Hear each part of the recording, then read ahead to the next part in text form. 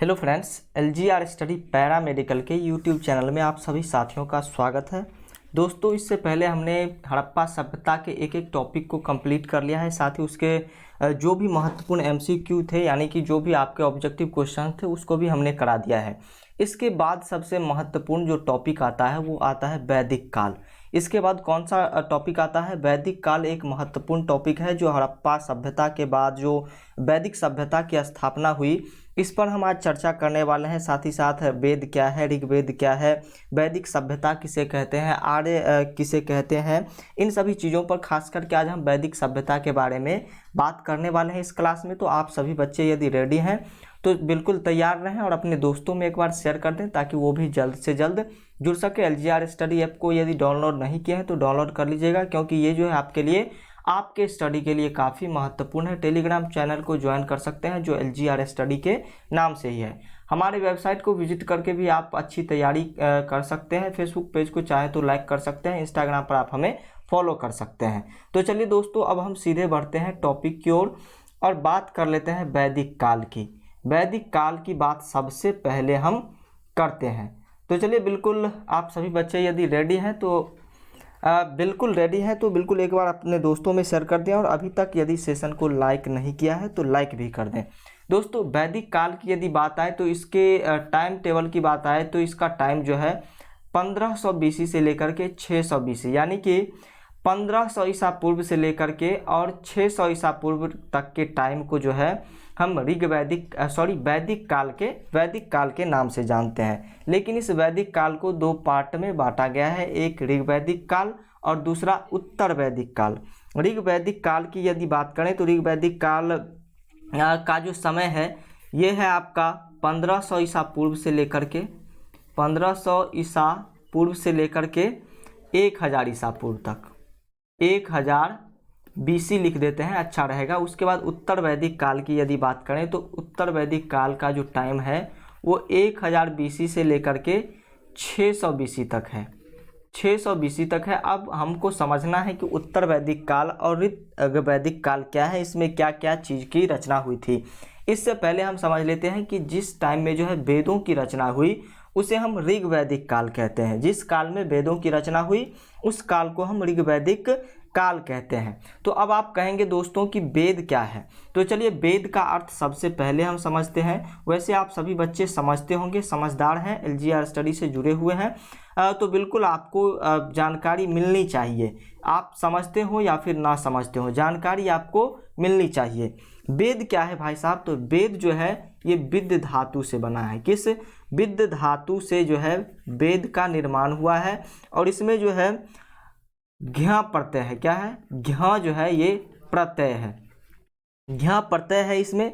इसका शाब्दिक अर्थ जो होता है, इसका शाब्दिक अर्थ होता है ज्ञान राशि, या फिर हम इसे कह सकते हैं ज्ञान का भंडार। इसे हम क्या कह सकते हैं? ज्ञान का भंडार भी कह सकते हैं। तो चलिए, आशा करते हैं कि वेद का मतलब क्या होता है ये आप सभी बच्चे समझ गए होंगे। जहाँ पर पूर्णतः ज्ञान की जो है बात की गई हो, लिखी गई हो, उसे हम वेद कहेंगे। ये जो है विद्ध धातु और घ्या प्रत्यय से बना हुआ एक शब्द है।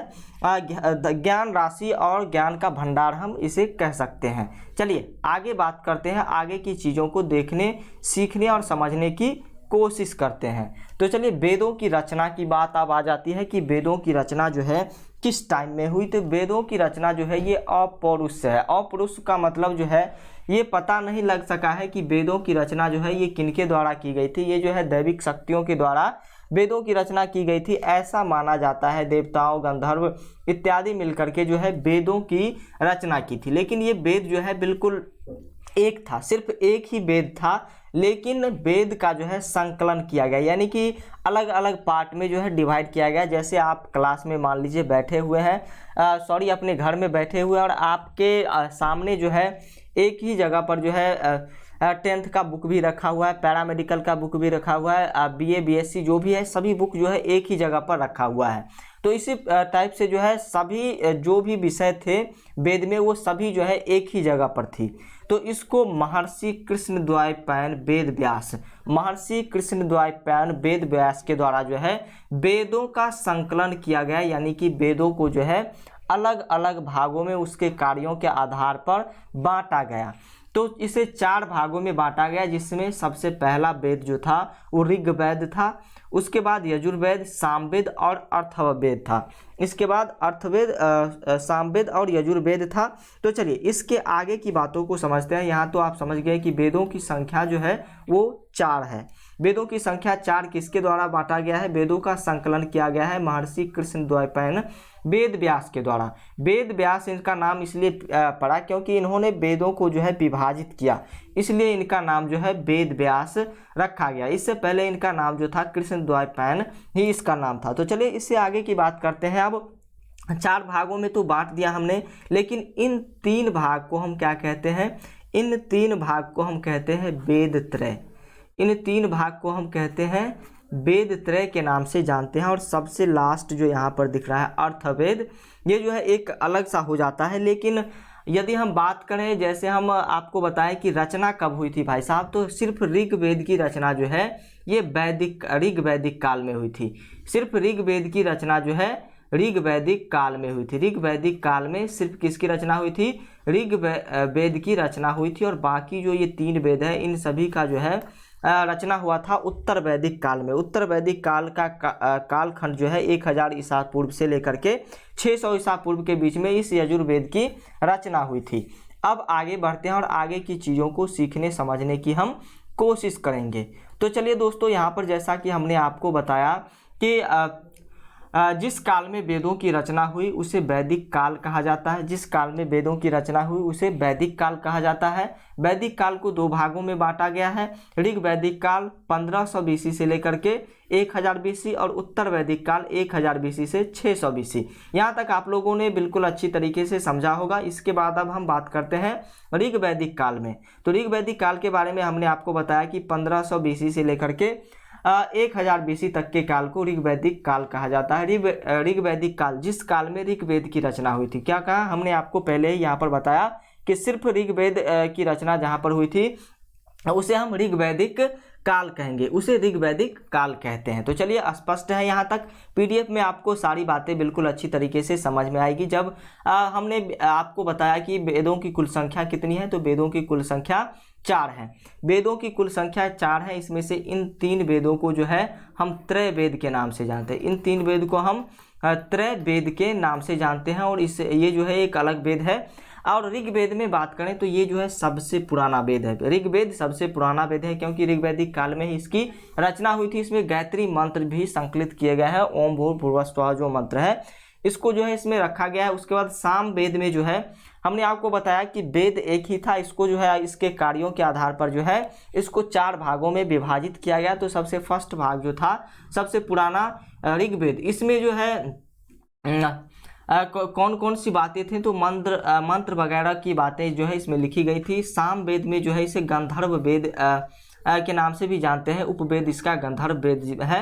इसमें जो है संगीत के बारे में लिखा गया है। साम वेद में संगीत के बारे में लिखा गया है। यजुर्वेद की बात करें तो इसमें गद्य और ये जो वेद है इसमें गद्य और पद दोनों में जो है वेदों की रचना की गई है। गद्य और पद जो है दोनों में, यानी कि दोहा और कविता दोनों में जो है यजुर्वेद की रचना की गई है। इसका उपवेद धनुर्वेद है।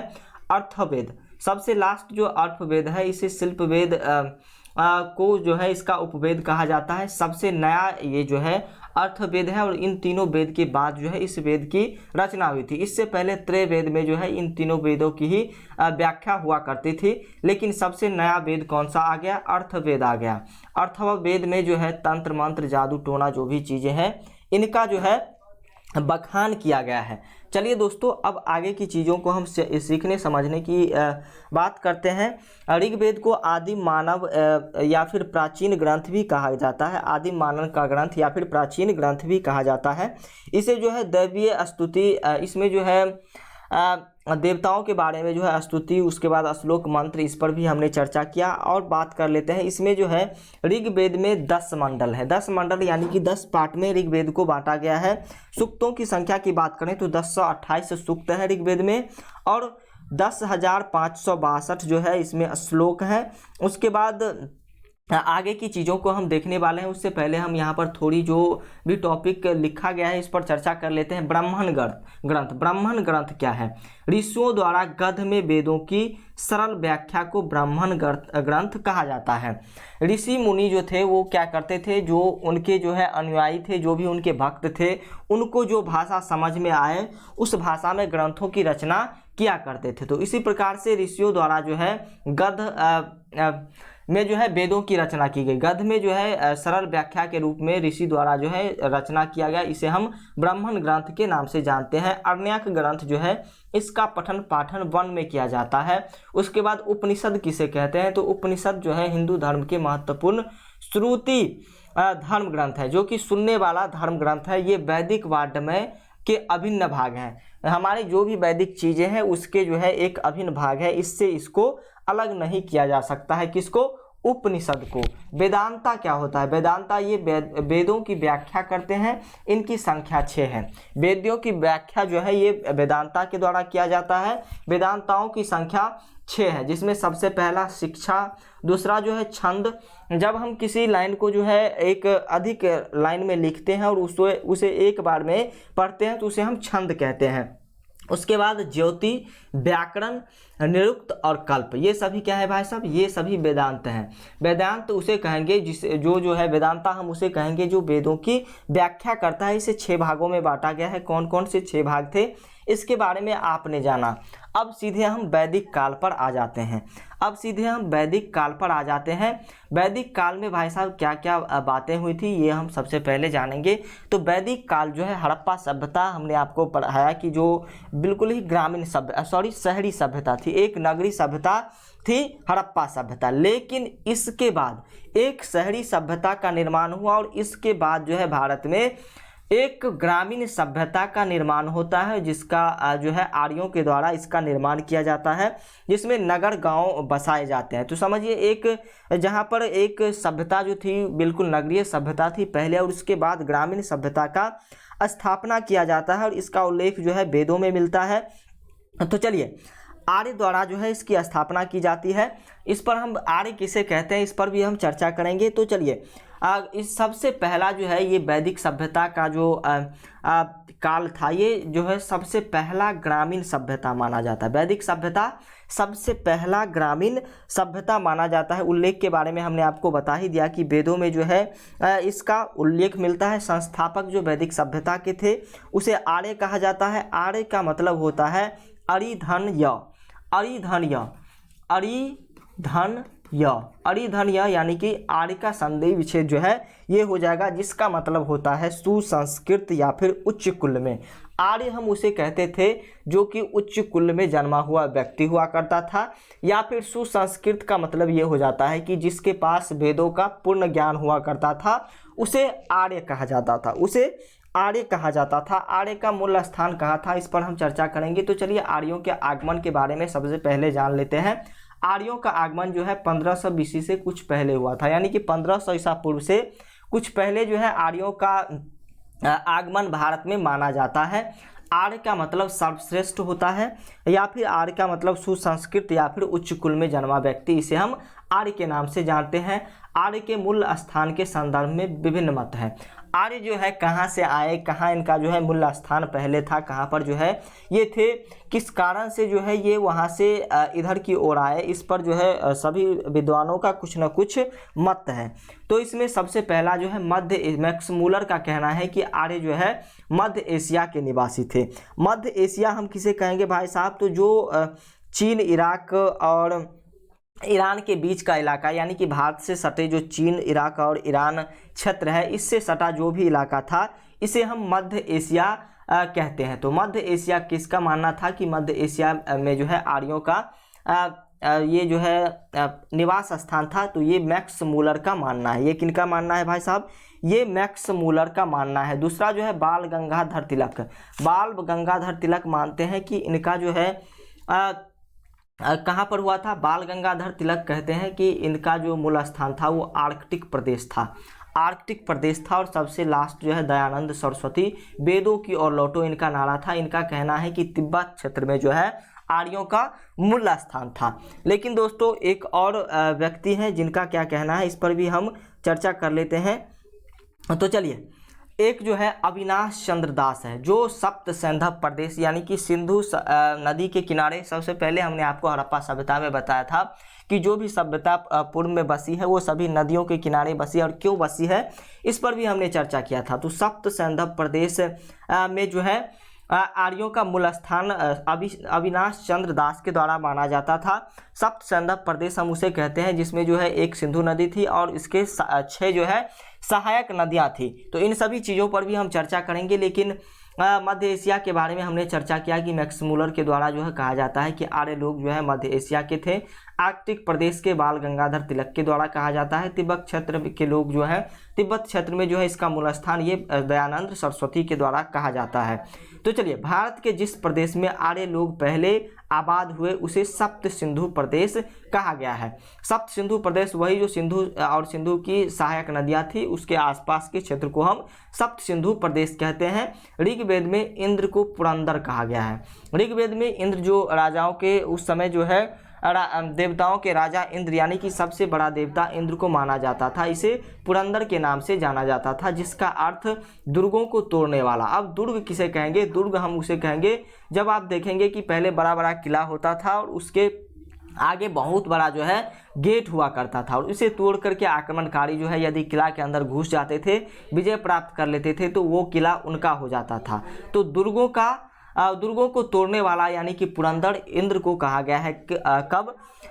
ऋग्वैदिक काल में। ऋग्वैदिक काल में इंद्र को पुरंदर कहा गया है, ध्यान रखनी है आपको। भारत का नाम पहली बार ऋग्वेद में आया है। भारत जो नाम है, हमारा जो देश भारत है, ये नाम सबसे पहले ऋग्वेद में आया है। इसी के आधार पर हमारे देश का नाम भरत पड़ा है। देखिए, भरत जो है एक राजा थे, बहुत ही भारत के महान राजा थे, जिसके सामने शेर भी खौफ खाते थे। इनके नाम पर ही हमारे देश का नाम भारत पड़ा है। 10 राज युद्ध हुआ था जिसमें भरतों और 10 राजाओं के बीच, भरत कुल के जो राजा थे और इसके अलावा 10 अन्य राजा थे, इन दोनों के बीच जो है युद्ध हुआ था, जिसे 10 राज युद्ध के नाम से जानते हैं। इसमें भरतों की विजय हुई थी। रावी नदी यानी कि जिसे उस टाइम में जो है ऋग्वैदिक काल में पुरुषनी नदी के तट पर जो है ये युद्ध हुआ था, जिसे हम रावी नदी आज के टाइम को कहते हैं। तो रावी नदी के तट पर जो है 10 राज युद्ध हुआ था, ये भी आपको ध्यान रखनी है। आर्य लोग पशुपालक थे जी, बिल्कुल आर्य लोग जो है बिल्कुल पशुपालक थे।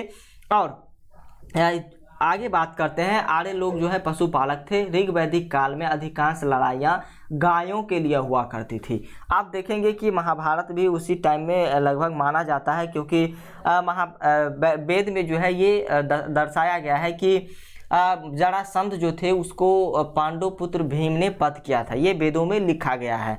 और बृहद्रथ का पुत्र जो है जरासंध था, जिसे भीम द्वारा मारा गया था, ये वेदों में मिलता है। तो चलिए, ऋग्वैदिक युग में जो है युद्ध के लिए गविष्टि शब्द का प्रयोग हुआ करता था। गविष्टि शब्द का प्रयोग इसलिए हुआ करता था क्योंकि गायों के लिए जो है ज़्यादातर युद्ध हुआ करते थे, और इसलिए इसे गविष्टि शब्द कहा जाता था। युद्ध को गविष्टि कहा जाता था, जिसका अर्थ गायों की खोज था। जिसका अर्थ गायों की खोज यानी कि गाय के लिए युद्ध हुआ करता था। तो ये कहते होंगे कि ये मेरा गाय है, ये मेरा गाय है, तो इसलिए गायों की खोज गविष्टि, और ऋग्वेद के काल के युद्ध को हम गविष्टि कहते हैं। तो चलिए, और गायों के लिए इसकी लड़ाइयाँ हुआ करती थी। आगे की चीज़ों को बात करते हैं। ऋग्वैदिक काल में 2 प्रमुख पुरोहित थे, वशिष्ठ और विश्वामित्र। पुरोहित का मतलब हो जाता है जो कुल गुरु होते हैं, जिसे अभी हम पंडित कहते हैं। ये 2 थे, एक जो थे गुरु वशिष्ठ थे और दूसरा जो है विश्वामित्र थे। वशिष्ठ और विश्वामित्र, वशिष्ठ का जो है उल्लेख मिलता है रामायण में और विश्वामित्र का उल्लेख भी यहीं पर मिलता है। तो चलिए आगे की चीज़ों को देखते हैं। ऋग्वैदिक काल में स्त्री की दशा अच्छी थी जी, बिल्कुल ऋग्वैदिक काल में जो है स्त्री की दशा जो है बिल्कुल समान अधिकार स्त्रियों को दिया गया था। उन्हें सम्मान से देखा जाता था। स्त्रियां सभा में सम्मिलित सभा समिति में भाग लेती थी, वे पतियों के साथ यज्ञों में सम्मिलित होती थी। आप रामायण यदि देखे होंगे तो उसमें जो है सीता जी जो है राम जी के साथ बैठे थे। भले ही जो है अश्वमेध यज्ञ में जो है बिल्कुल जो सीता थी वो नहीं बैठी होंगी, लेकिन सोने का सीता बना करके जो है इस यज्ञ में बैठाया गया था। और जब राज्याभिषेक हुआ था राम जी का तो उस समय सीता भी वहाँ उपस्थित थी। और जब भी सभा लगता था तो उस समय सभी स्त्रियां भी उसमें सम्मिलित हुआ करती थी, यानी कि यज्ञों में या फिर सभा के जो भी मीटिंग हुआ करती थी उसमें स्त्रियों का भी पूरा योगदान हुआ करता था। आगे की चीज़ों को देखते हैं। ऋग्वेद का सबसे प्रमुख देवता इंद्र था, जिसके बारे में हमने आपको बताया, जिसे पुरंदर के नाम से जाना जाता था। ये आर्यों के देवता थे, इंद्र आर्यों के देवता थे। अब आर्यों के दार्शनिक विचार के बारे में हम बात करने वाले हैं कि इनके जो दार्शनिक विचारधारा थे, इनका जो आइडियोलॉजी था ये क्या था। सांख्य, तो चलिए इसके कौन कौन प्रवर्तक थे वो भी यहाँ पर लिखा गया है। तो सांख्य के प्रवर्तक जो है ये कपिल थे। उसके बाद इनका दूसरा विचारधारा था योग, जिसे हम एक्सरसाइज के नाम से भी जानते हैं। और इसके जो है प्रवर्तक थे वो कौन थे भाई साहब, वो थे, इनके गुरु थे पतंजलि। पतंजलि के नाम पर ही अभी जो है क्या करते हैं, बाबा रामदेव अपना कंपनी चला रहे हैं और योग गुरु अपने आप को कहते हैं। तीसरा जो है न्याय, जिसका जो है उल्लेख गौतम के द्वारा किया गया है, मीमांसा जैमिनी के द्वारा किया गया है, वैशेषिक कनाद के द्वारा, और वेदांत व्यास के द्वारा, जिसमें जो है वेदों के बारे में रचना किया गया है। कृष्ण द्वैपायन वेद व्यास के द्वारा, जिसमें वेदांत में वेदों की रचना की गई है। आगे की चीज़ों को यदि देखें, ऋग्वैदिक नदियाँ की बात करें तो आपको बताया कि आर्य लोग जो थे सप्त सिंधु प्रदेश के आसपास जो है बसे हुए थे, ये कहा जाता है। तो इसमें जो है सबसे पहला तो सिंधु नदी आ जाता है और इसके सहायक नदी जो है 7 थी, जिसमें झेलम को उस समय ऋग्वैदिक काल में वितस्ता के नाम से जानते थे, वितस्ता के नाम से जानते हैं। दूसरा कुंभा, जिसे काबुल के नाम से जानते थे। अस्किनी, जिसे चिनाब के नाम से जानते थे वैदिक काल में। सतुदरी, जिसे सतलज नदी के नाम से हम उस टाइम में जानते थे। और पुष्पनी, रावी नदी के नाम से हम, वैदिक नाम इसका जो है रावी है। उसके बाद विपाशा, जिसका व्यास नदी नाम है। उसके बाद सदानीरा जो है गंडक को कहा जाता था। तो चलिए यहाँ पर ऋग्वैदिक काल की जो प्रमुख नदियाँ थी जिसके आसपास जो है आर्य लोग जो है बसा करते थे, ये भी आपने देखा। झेलम, कुंभा, अस्किनी, सतुदरी, पुष्पनी, और ये सभी सहायक नदियाँ हैं किसकी, सिंधु नदी की। चलिए आगे की चीज़ों को देखते हैं और आगे जो है वैदिक नाम के बारे में हम चर्चा कर लेते हैं कि उस समय जो है किस पदार्थ का वैदिक नाम क्या हुआ करता था। तो वैदिक नाम, सोना को जो है उस टाइम में हिरण्य कहा जाता था। क्या कहा जाता था, हिरण्य कहा जाता था सोना को। लोहा को श्याम कहा जाता था, क्योंकि सोना जो है, लोहा जो है काला हुआ करता है, और ये जो है कृष्ण उस समय काला थे तो इसलिए इसे श्याम के नाम से जानते हैं, और इसे कृष्ण अयस के नाम से भी जानते हैं। तांबा को हम अयस के नाम से जानते हैं। चलिए आगे की चीज़ों को देखते हैं। ऋग्वेद में महत्वपूर्ण शब्दों का उल्लेख है। ऋग्वेद में जो है कितने बार, सबसे पहले हमने आपको बताया कि ऋग्वेद में कितने जो है मंडल हैं, 10 मंडल हैं। उसके बाद सूक्त, और उसके बाद जो है सभी चीज़ों के बारे में हमने आपको बताया। तो अब जो चर्चा करने वाले हैं हम, वो करने वाले हैं कि ऋग्वेद के महत्वपूर्ण शब्दों का उल्लेख, यानी कि ऋग्वेद में जो है किस शब्द का जो है कितना बार उल्लेख किया गया है, इन सभी चीज़ों पर हम बात करने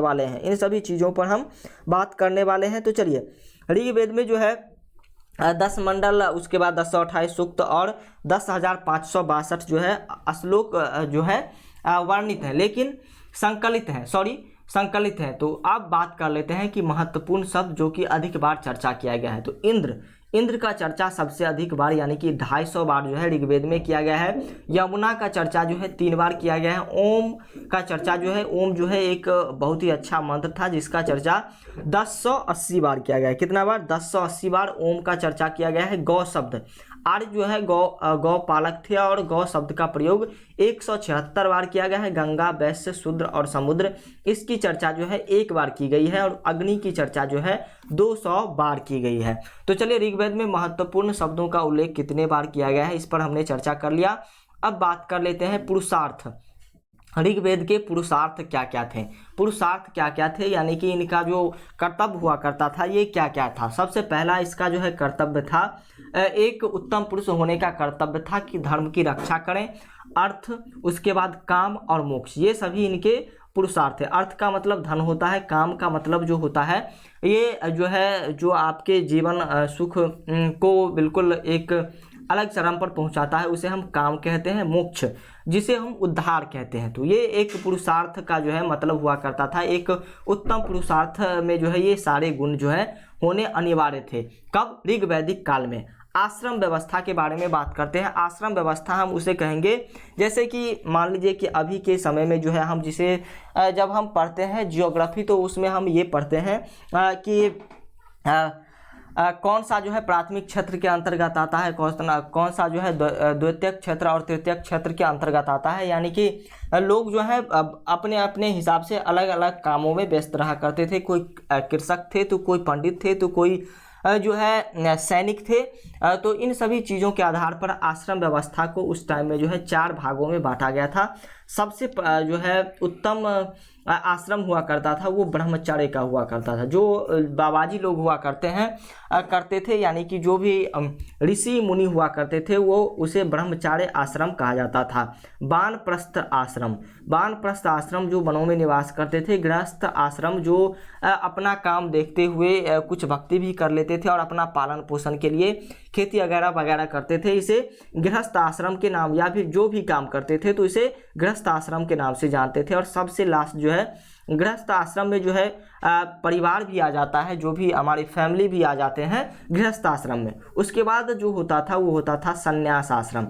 सबसे पहले ब्रह्मचर्य आप लोग देखे होंगे कि जितने भी उस टाइम रामायण महाभारत हुआ करता था उसमें सबसे पहले जो है ब्रह्मचर्य का वेश धारण करते थे मेन लोग और गुरु आश्रम में जाते थे, शिक्षा लेते थे। उसके बाद जो है ये आते थे और वनों में जो है इधर उधर की चीज़ें करते थे। उसके बाद जो है अपना जो है वैवाहिक जीवन संपन्न करते थे और जो भी इनकी काम होते थे दैनिक जीवन को संवारने के लिए वो क्या करते थे। और सबसे लास्ट में जो है ये लोग संन्यास ले लिया करते थे सबसे लास्ट में। तो ये सभी इनके जो है आश्रम व्यवस्था थे।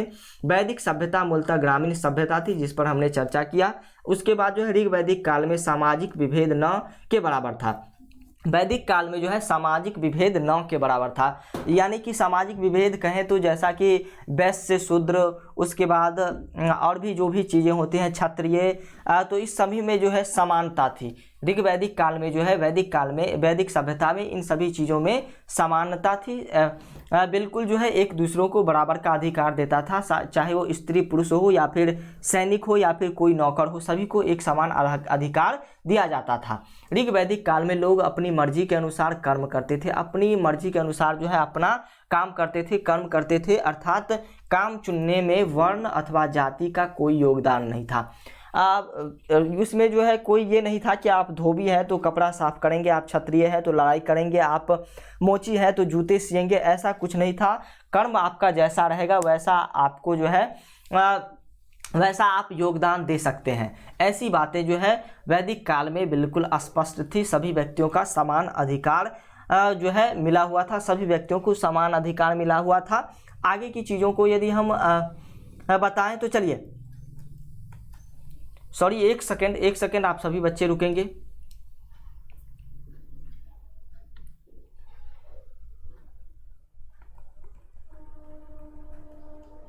तो चलिए आज के लिए इतना ही हम रखेंगे। वैदिक काल के बारे में हमने चर्चा किया। उसके बाद जो है वैदिक काल के समय के बारे में चर्चा किया कि 1500 से 600 BC तक के टाइम को जो है हम वैदिक काल कहते हैं। उत्तर वैदिक काल और ऋग वैदिक काल।